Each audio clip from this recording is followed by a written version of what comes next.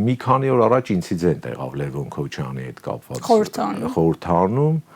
Գիտեք, ինձ թվաց Լևոն Քոչյանը հրաշագործ է։ Դե մարդիկ կային, ինձ թվում էր համր են։ Սկսեցին խոսալ, ոմանք նախադասություններ էին, բառեր, ահագին բան հրաշք տեղի ունեցավ էլի են ավետարանական հրաշքներից, որ սկսում են խոսալ բան։ Ու գիտեք, այդ օրվանից սկսեց ինչքան պաշտոնյա կա բոլոր եթերներում։